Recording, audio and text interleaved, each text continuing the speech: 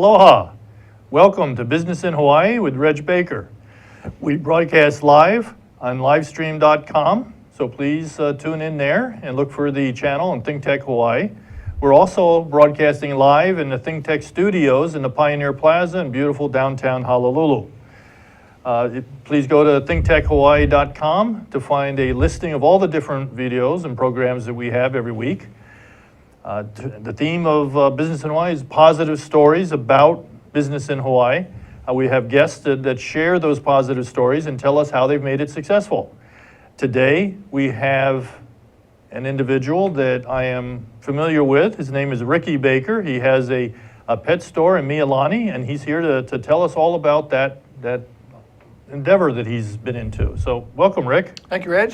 All right, so you tell us a little bit about yourself. I mean, the audience may already be able to pick up the fact that we're related, right. But other than that, tell us about how you found yourself in Hawaii.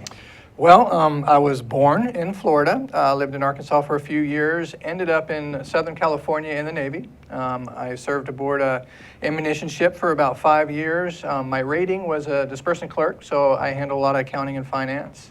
You were the money guy. I was the money guy. I was a very popular person on board the ship right before Liberty. My last tour of duty was here in Hawaii. I was stationed out at NC TAMS in the personnel support detachment there. Now, for people who don't know, what's NC TAMS? It's a communication station, naval communication station. They call them the big dinosaur pin. If you drive out to Wahiawa, you'll see that big antenna array out there.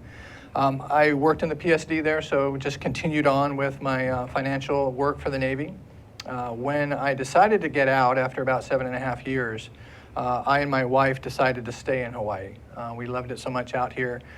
We sold the home that my wife had in California and stayed here, and I got a job doing accounting and bookkeeping in Hawaii. Worked at a CPA firm for a while. I worked for Pendleton Tax and Business Services as a tax preparer, and ultimately that led to a job as a bookkeeper accountant for a chain of pet stores called Pets Discount and Pet Central. Continued with them doing accounting and bookkeeping, later became a controller for them. We lost our regional manager, so I stepped into the position of regional manager and ultimately operations officer for the company. The owners decided to expand into California. They moved, I stayed, and basically ran the 7 stores here in Hawaii. So they had 7 stores here in Hawaii, and correct. A bunch of employees, yeah, and a lot of moving parts. A lot of moving parts. We had 70 some odd employees. We had 7 stores to operate. The experience I had doing the accounting and bookkeeping was very helpful as I transitioned to the role of operations manager. I was in charge of doing all the purchasing, inventory management, and so having the kind of dual role of finance and purchasing and sales was excellent experience for me. Well, having those analytical skills to kind of monitor and watch the company is always a positive. Yeah, definitely was good for me.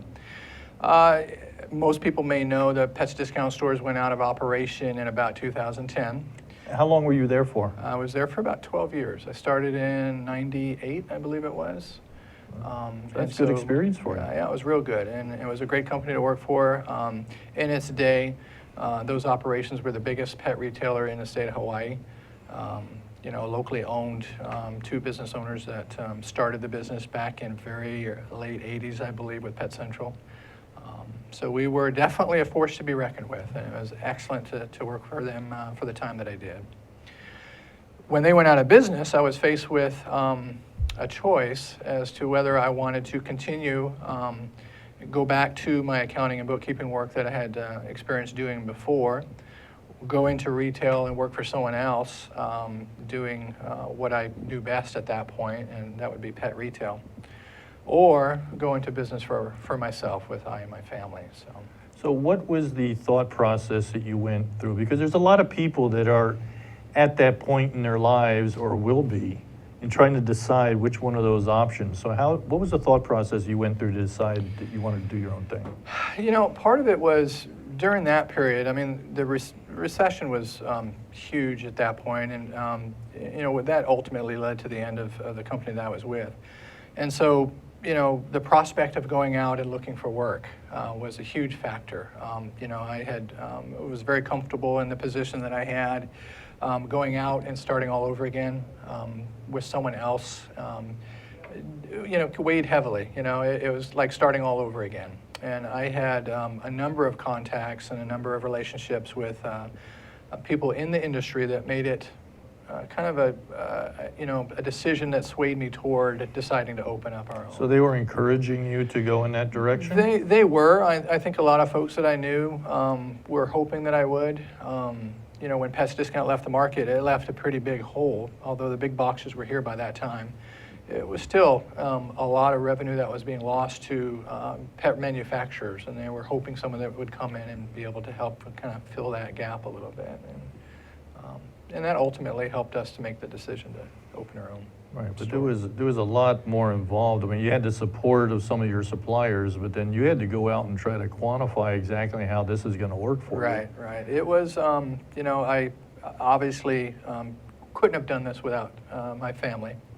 My wife Debbie is a numbers person, so she was very instrumental in putting together some forecasts and some ideas on what we would need to start our own business. We knew what we had, we just weren't sure what it was going to cost and how far we could go, pushing the envelope, so to speak. So she's a good partner for you then. She is an excellent partner. So it definitely huge factor in helping us make that decision in deciding to open up the business. Yeah. And I think you've got two other people over there helping out a little bit. And I'll say hi to them all right now. My wife, Debbie, and daughter Casey and Brandy. Definitely, we are a 4-person team with this operation and would not be here today if it weren't for all of us. Yeah. Well, very good. And so you started this business how long ago? We're going on 5 years, so about 4.5 years. When we decided to ultimately decide to do this, we opened in White Kelly Center. In an old Pets Discount location that was vacated at the time. And that was a good 2 years we were there. Excellent run in that location. I think again, the relationship I had with the property manager, because I had managed the store that was there before. You had history with this person. Right. Pam Wilson, if I can say her name, was very instrumental in helping us to get set up in that first location. We were new to this. Although I had a lot of experience doing what we were going to do, it would be my first business. And so she was helpful in getting our foot in the door. We had a month-to-month lease in that space. Wow. So it was kind of unheard of, although it was vacant for a while. I think the relationship was reciprocal. We helped each other out, and it was a good start for us. Well, and it was, pardon me for saying so, it was kind of in an interesting location. It was in the very back of the center. Exactly. And you really had to know it was there in order to find it. Yep, you did. And thankfully, because of the previous Pets Discount being there, we had a lot of customers that had already been looking for them and not finding them. So, when they came in, often they wouldn't even know we were a different store other than the way we were running things.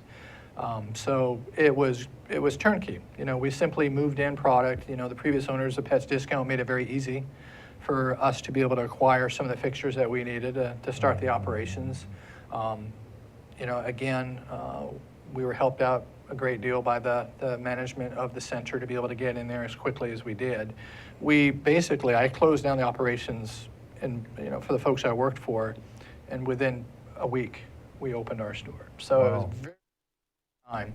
But transition was made pretty quickly. Customers kind of that were looking for Pets Discount and not finding them found us. And it just from day one worked out to be a good location despite where we were at in the center. But it sounds like in order to do that within a week, you had to have some planning done ahead of time. Oh, yeah. I mean, I'm sure you had been thinking about this. We had. No one wants to see a business that they care about go out. But we could kind of see things coming, down the road. And so, yes, there was some planning. Previous owners I worked for also were very helpful in us getting our start. So we did plan some things out. We made some purchases ahead of time. We staged a number of fixtures and had everything ready, both at our store, even at our church. Everything was just poised, ready to go. So as soon as my responsibilities were done, at my previous employment, we were ready to turn the key on ours, and it worked out really well. So timing was fortunate in this case. It was. You know, and so for the people that are out there that are maybe in a similar type situation, sometimes you need to take advantage of that opportunity when it presents itself. And if you wait too long, maybe the dynamics begin to change. Right. I would agree with that. You know, small business people, when they're looking at starting their own business, become gamblers. That's what we are. You know, we gamble that the choices that we make are going to pay off in the end. And it's, you know, if you're in a position where you see an opportunity, you do need to make the decision. And so often, I think we see folks that are want to make the commitment. They can't force themselves to do it. It's scary for them. And the indecision is probably the worst thing. Either decide to do it or not. Once you decide to do it, plan, get everything ready, and be ready to go. And at that point, you're basically all in. You're in, yeah. I mean, I would encourage anyone who's looking to do something like that to, you know, look at it from all angles. You know, be your own devil's advocate, if you will. Decide whether it's really, you know, the right time for you, and really if you have the finances to make it work. Well, not everybody's personality is a good fit for being self-employed. Right. Some people are very comfortable working for others. I, be honest with you, I was. I enjoyed working for the folks I worked for. I had a good position, and it was solid for a very long time, and I enjoyed it a lot. But yeah, when the time comes when you need to decide whether you're going to continue doing that or not, you need to decide if you're the person that's going to be able to run your own business. Right. What are some of the traits that you felt helped you make that decision? What the traits that make a good self-employed person? Do you see those in yourself? I would have to say yes. I think having good people skills, and obviously each business is going to be different. Mine is, you know, the company that we run relies on supply. You know, we have to have the supplies to be able to meet the demand of our customers. I was good at relationships with vendors and manufacturers and salespeople. So that was my rapport I had with them, is working well with them, being honest when we could do things in my previous positions. And I think that was helpful when we began to look at opening our own operations. We had a lot of people help us out a great deal in opening our store by often donating a number of items for us to sell, giving us items at greatly reduced prices to be able to get our door open and start business. You know, that's a good topic that I'd like to come back to right after our break, but we need to take a break real briefly. This is Reg Baker, Business in Hawaii, talking with Rick Baker from the Pet Hale, and we will be right back. Aloha! Hello, my name is Patrick Bratton. I'm host at Global Connections here at ThinkTech Hawaii. We broadcast live every Thursday at 1 p.m. We bring Hawaii to the world and the world to Hawaii, talking about international events and various things of interest to the audience. Please join me. I look forward to talking with you and having you get to meet some of my guests. Aloha. Sung, you got some great programs coming up in the engineering school. Tell us about them. So there's 2 robot tournaments that's coming up. There is one called the First Lego League this Saturday, December 5th at the Blaisdell Arena. If you're interested, just show up and go take a look. There's another one called the VEX State Competition on December 12th at Pearl City High School. And if you want to be a judge or volunteer for that one, please let me know, and I can get you to come and enjoy it in more of a different view than what you would just see as an observer. The way to the future is robotics and engineering in the College of Engineering. And Sung Choi, thank you so much, Sung. Thank you very much. Welcome back. This is Reg Baker, Business in Hawaii. I'm talking with Rick Baker, who is one of the owners of the Pet Hale in Mililani. Rick, we were just talking before the break a little bit about how important it is to have people supporting you and helping you, advising you. It makes the transition a little bit easier and increases the probability of success, doesn't it? It does. A lot of the groundwork for what we're doing today was laid years ago, you know, when the relationships were established with manufacturers and vendors that I knew. And when you're looking at opening up your own business, you know, reconnecting with those people or continuing those relationships was vital. It was vital to us. So we did. We had a lot of support from people that came to us, giving us all kinds of ideas for grand opening themes, providing merchandise, making deals for us. See, that's where those relationships come in with Exactly. the vendors and the suppliers. I mean, these are all good people that are helping you, because if you're successful, they'll be successful. Right, exactly. So if we can do promotions with them that are good for us, then it's reciprocal. It definitely pays off for both of us. Right. And then did you have customers coming in to help? And We did, actually. We, you know, a small business, when it starts, you have everybody. I mean, you should at least be trying to get everyone to help you. I mean, obviously our family, pretty close-knit, so we were all helping each other. We had friends from church that were there helping clean and scrub and getting the store ready to open. We had vendors, local vendors that came with their kids and helped us set shelving and stuff for the foods and supplies that they provided to us. So definitely it was an all hands on board, and that's what you'd expect. That's what you need. That's good. Well, and I guess the message here is to make sure that people who are thinking about going out on their own and starting your own business, don't do it by yourself. Have Right. people there to help you, to advise you. And I would imagine that even now, you've been doing this now for a couple of years? Right, yeah, we're about 4.5 years into it. We have switched locations. So we were in Waikele Center for 2 years. We're now in Mililani Shopping Center. Right. So That's right, I definitely- forgot. I was counting the 2 years that you're in Mililani. Right. It's actually, Right. you were at a couple of years prior to that, Correct. too. Yeah. Yeah. Yeah, absolutely. And so you're still, it's an ongoing process, getting, advice on different product, different pricing, different ways of doing business. I guess it's a never-ending process. That's true. That's true. And in addition to advice and help, along those lines, the relationship too also is important to make sure you're getting the best pricing too. Knowing who to go to bring in merchandise. For us, again, we're retail, so our struggle will always be to source what we're offering to our customers, be able to find the best pricing, establish new relationships with people that can provide maybe even the same items at cheaper prices that will help us to be more competitive. So again, the relationship efforts never stop. You're always looking to develop new relationships and rekindle the older ones as well. Very good. Now, transitioning a little bit into the location or the store itself, tell us a little bit about what's there, what's going on in your store. Well, let's see. We have become an exotic bird store. I mean, it's not all that we do, but that is one of the first things you're going to notice when you come in, is the dozens of exotic, very large birds we have. Everything from macaws to zebra finches and everything in between. Wow. Now, some of these get pretty large. Yeah, we have some of the largest macaws in the world. A hyacinth, which is probably a good three feet in length, if not more. Again, down to the tiniest of finches. Casey and Brandy and my wife, actually, Debbie, are very great at hand raising them. So the birds that we are doing right now are all hand fed, hand tamed. So Does that calm them down? They're Absolutely. used to the human influence a little bit. As they begin to grow, they'll be on your arm, they'll perch and kiss you on your neck and be very affectionate. And they're usually very quiet too, right? Well, I wouldn't necessarily agree with that all the time, but it's an attention thing. The more attention you give to them, obviously, the happier they're going to be and less vocal.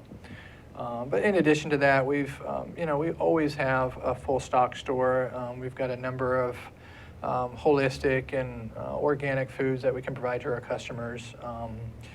Our product knowledge, we like to think, is going to be better than almost anyone else that you can shop with, especially the big box stores. Well, and that comes from 20 years of experience. Right, almost. 20 years of experience, the fact that we're pet owners ourselves, our kids, obviously are testing everything, mostly on our dogs. They sometimes test things themselves, but we That know the sounds product. interesting. Yeah, it does. Well, some of the stuff is good enough to eat, yourself.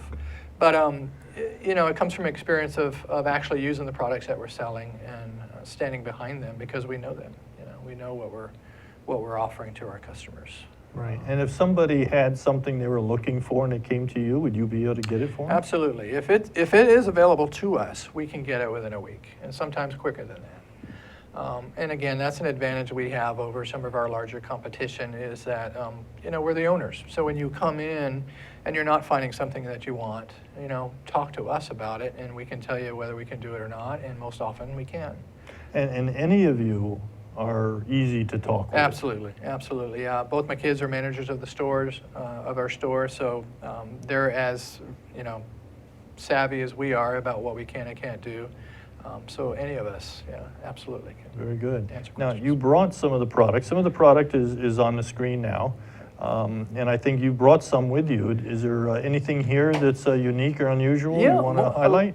Yeah, a lot of this you're not going to find in most of the pet stores that are here in Hawaii.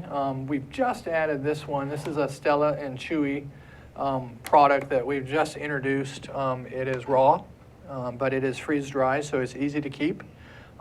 We've been finding that the dogs that we're feeding are just going crazy over it, and it is selling tremendously well for us. So we've And only is had that it for all about- different types of dogs? It is. It's raw, so it's just meat. That's all it is. So you can feed it to any of your pets. Most of our customers, or a lot of them I should say, are using it to supplement the food that they're already feeding. So you can break it up pretty easily. You can put it on top of their food, and it just makes them that much more excited about what they're already eating.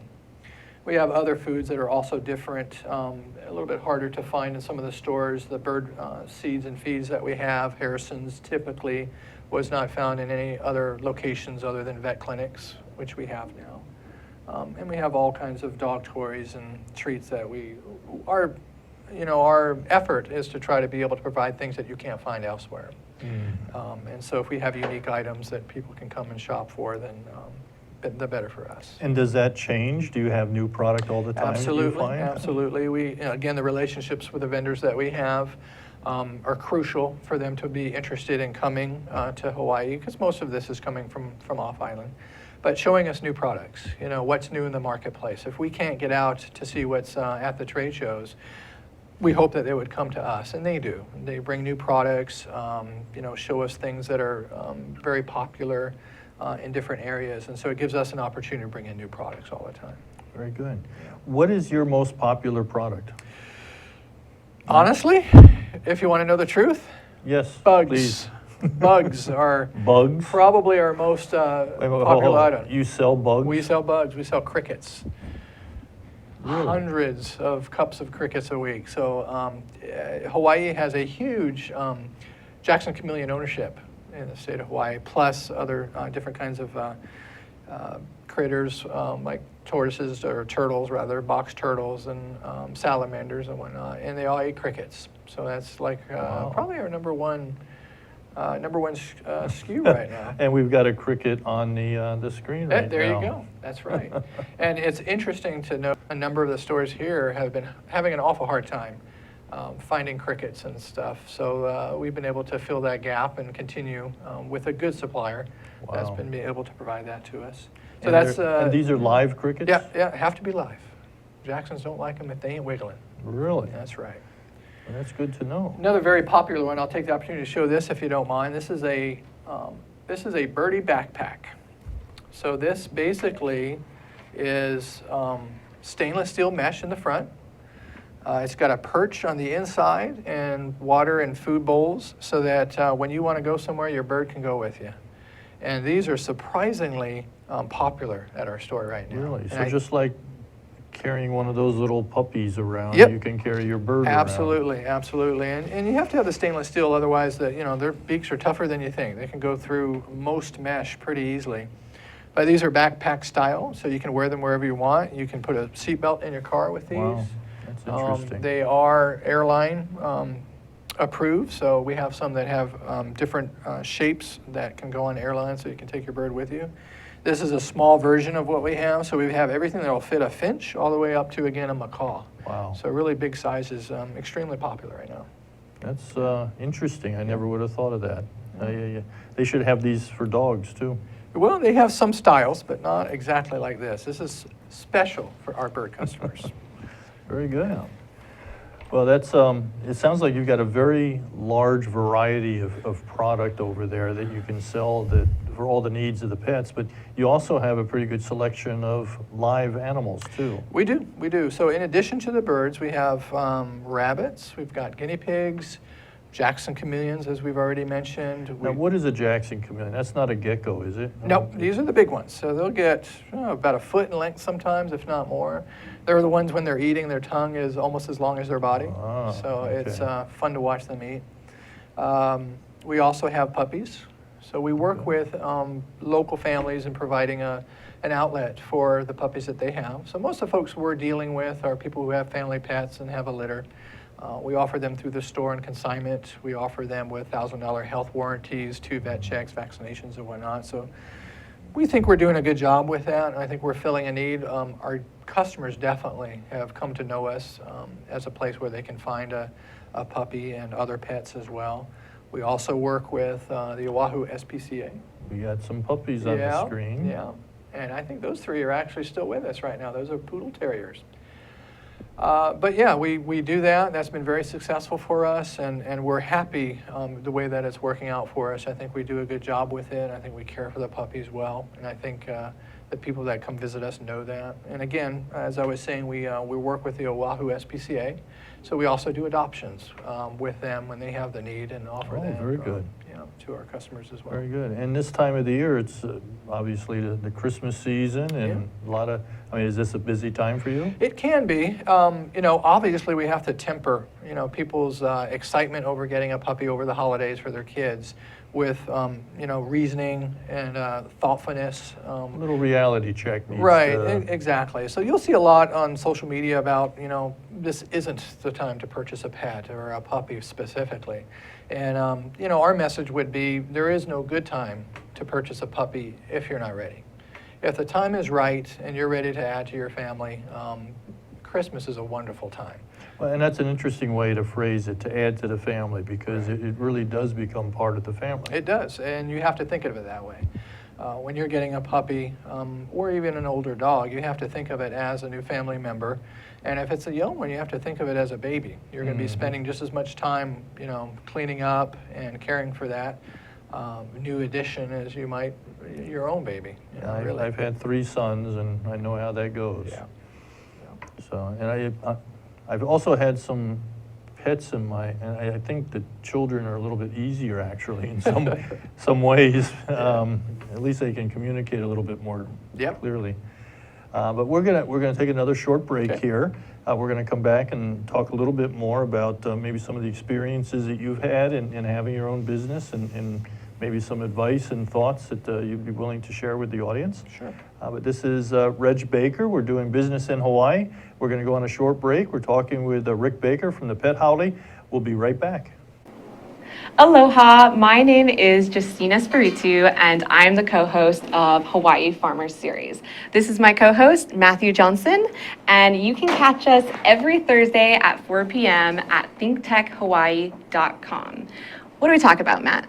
So on Hawaii Farmers Series, we're going to be bringing on the farmers and also supporter of farmers, including restaurants, caterers, as well as government supporters and nonprofits to hear their background stories and understanding our local ag community just a little bit better. Yeah, essentially there's a lot more that goes into farming and the local food community beyond just producing the food. And we want to feature and get the background story on all these folks and see how we all work together as a community. So join us every Thursday. Aloha.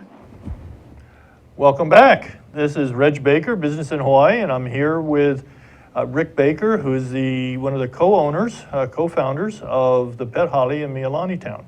So Rick, we were just talking, we've had a good conversation about the store and all the different inventory that you've got, the live ones and the non-live ones. Sure. And I didn't know this, but you're also a big seller of crickets. We are. And can we say that you're the biggest seller of crickets? Our customers tell us they are. We are. We have a number of people that come to us because they can't find them anywhere else. So I guess we must be doing something right. All right. So that's a new theme that we can go with here is that you're the biggest cricket seller in Hawaii. There you go. Yeah, That's very absolutely. good. Congratulations. Well, thank you. Thank you very much. All right. Yeah, you've had a lot of experience with companies in the pet business that was much larger. Right. And now you're working in an environment that's much smaller without all of that support that you would normally have. And you're apparently doing well at it. But it sounds like an awful lot of work. It is. It is. It'd be nice to go home once in a while. That's when it's not dark. But yeah, it is a lot of work, and you know, it'd be fooling yourself if you look at starting an endeavor like a small business like ours without knowing that that's going to be the case. There's going to be a lot of hard work, a lot of late nights, a lot of eating on the road, but it does pay off if you're willing to put that kind of effort into it. Definitely worthwhile. So you need to expect some hard work and some long hours. Right. You get some independence for that, but that independence can be a little misleading Yeah. because you're really not that Yeah. independent. Well, ultimately, whether you're working for someone else or you have your own business, you're still working for somebody. So, you know, obviously we have customers that we need to cater to and be able to provide for. So we are ultimately working for them. So they are, in essence, our bosses. They are. In a way. And that's a good attitude to have. Now, you're open how often? We are open every day. We're open 10 in the morning till 8 at night, every day except Sunday, where we close at 6. Okay, so you're 7 days a week? and- 7 days a week. There are 2 days we close right now, Thanksgiving and Christmas Day. So you've got a 363-day work week. Work year, yes, we do. Year, Yeah, whatever you want absolutely. to call it. It's a Yeah.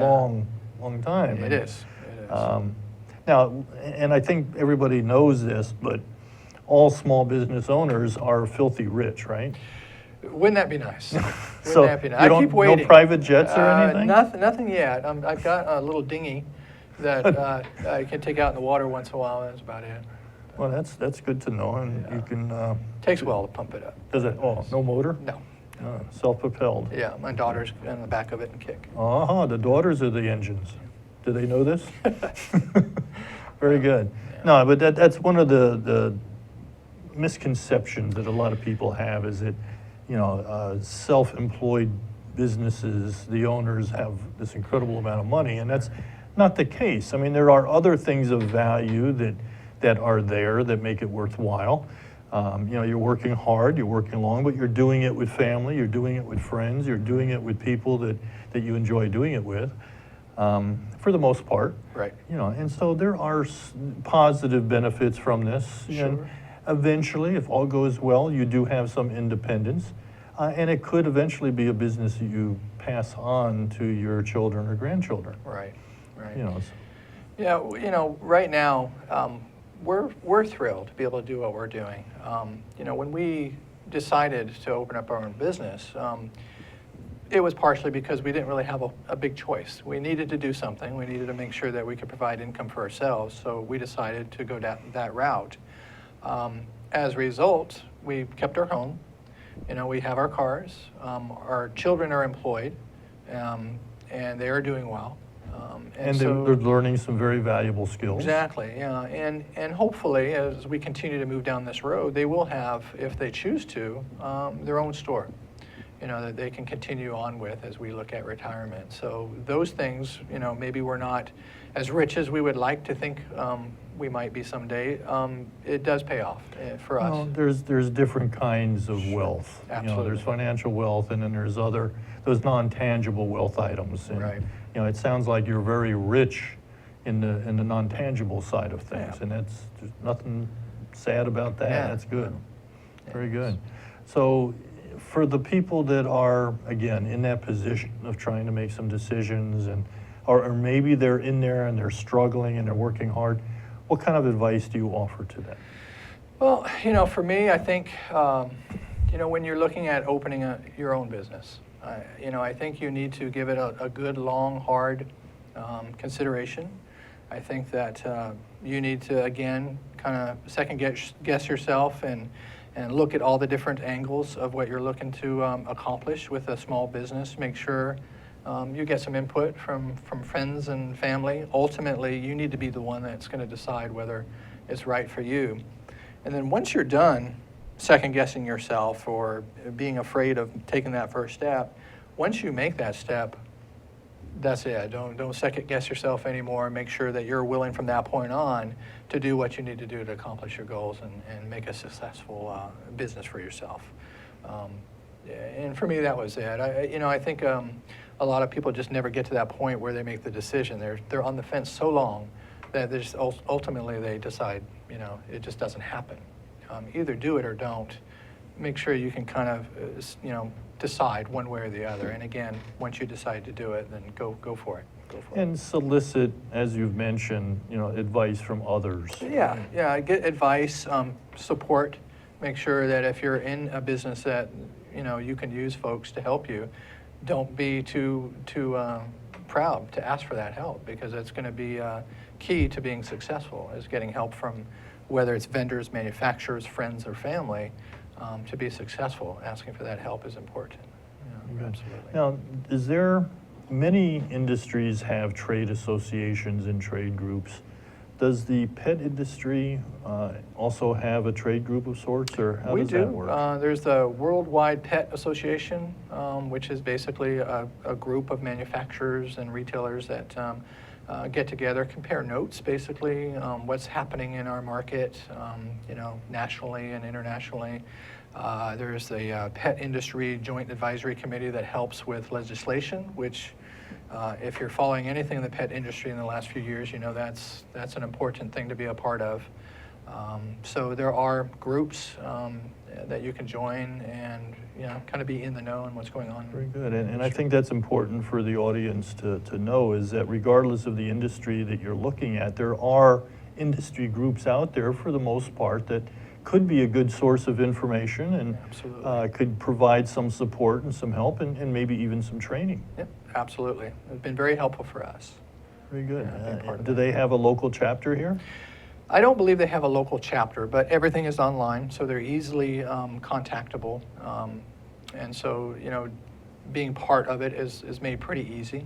Most of the reps or manufacturers, salespeople that come to the islands know how to contact them and set things up for you if you want to be part of that. Again, that's that group support. Right. Very good. What do you think, from your 20 years of having done this, what do you think is your biggest challenge?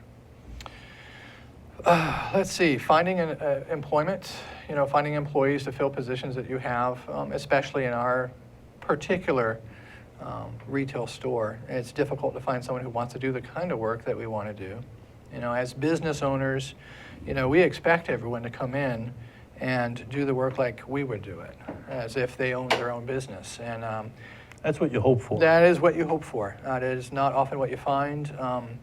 And especially the type of business that we have, there's a lot of dirty work. Believe me, there's a lot of dirty work. So it's hard to find someone that's willing to come in. We're a small business, so we don't have a whole lot to be able to offer as far as benefits. So it's hard to find someone who wants to do that kind of work. So it's a challenge to find that right person. Mm-hmm. So if anyone's looking for work, yeah. Well, and some of the perks of working there is you get to see the animals, you get to play with them a little Yep. bit. The downside is there's probably from time to time the need to clean up after that. There is a lot of cleanup. So there's definitely, there are perks. I mean, especially if someone who's wanting to get into animal husbandry, vet techs or whatnot, it's a great opportunity to learn about the different animals that we provide to our customers, learn how they're cared for properly and stuff like that. So there's a lot of good opportunity there for the right person as well. Right. Are there any of the colleges, like Leeward Community College or any Honolulu Community College, that has any type of programs like this? I think that we have one, and I don't remember which one it is, but I believe Hawaii now has a vet tech program. I don't think they did before, but I think that's a recent thing in the last few years. So there are, students out there, I think, that are starting to go down that road. And, honestly, a lot of them are going to look at the vet clinics to try to do some internship at. But honestly, at a store like ours, at any given day, there's going to be a lot more animals and a lot more different species of animals than you're going to find at most vet clinics. Well, and that's kind of where I was headed with this, is that there might be an opportunity that maybe there would be a labor pool there that could find this experience, even for just 3 months, very valuable, and helping them decide about their career. Absolutely. Very good. Now, what do you spend most of your time doing? Cleaning, yeah, we do a lot of cleaning, a lot of sweeping, a lot of cleaning kennels, washing windows. So I like to think that I do a lot of the accounting work, so I do some of that, but I do whatever my girls tell me to do. That's what I do. That's pretty much it. Well, and it sounds maybe in a sense, things that no one else really wants to do. Yeah, well, definitely, it can be a lot of grudge work. We all do it, so we like to think that one of us does it all, but that's not. So what I'm hearing, Rick, is that the titan of the cricket business in Hawaii actually handles everything from top to bottom, literally. Yeah, as most small business owners would. That is true. You wear many hats. Yeah, Yeah, absolutely. and that's probably one of an attribute of a self-employed small business person is the ability to be able to move up and down that scale and be able to do whatever type of work is necessary. Absolutely. Yeah, that's and not everybody can do that, or nor they want They to don't do want that. to, right? Exactly. Yeah. So it takes a special person. I think your advice on doing some self-reflection and really kind of be a devil's advocate to challenge yourself if this is really what you want to do, because although you've got a very unique business and it sounds exciting, the concept is not unique of itself. Right. All small businesses go through that. When I started my business many years ago, I did everything. I took out the trash. Right. It sounds like you do that occasionally Oh, too. yeah. Very good. Any other final words of wisdom or advice for the audience today? Once you make the decision to do it, follow through with it. Make sure you're making intelligent decisions. You can do it if you want to do it, if you've got the drive. Don't let anyone talk you out of something that you think you can do or a service you think you can provide. It can be tough to open a small business, but it's doable. And some of it is maybe trial and error. Something may work for a while, but when you find it's not working anymore, or it didn't work in the first place, you need to try Right. something else. Exactly. So you need to be headstrong as far as being able to continue with what you're doing, but smart enough to know when you need to adapt to a different situation. There you go. Absolutely. Well said. Yeah. Well said. Very good. Well, Rick, congratulations. It sounds you. like you're doing well. And congratulations to your girls. Absolutely. And hopefully they'll keep you on track and drive you to success. And maybe the next time I have a chance to talk to you, you'll actually have a real engine on that day. I'd like to think so. All right, very good. I want to say thank you. This is Reg Baker, Business in Hawaii. We've been talking with Rick Baker, the co-founder of the Pet Hale in Mililani, and the titan of crickets. Among other things. He's a big person, and he's got a great family, and they've done very well out in Mililani town. So we're here every Thursday at 2 o'clock. Please tune in and see us next week. Aloha.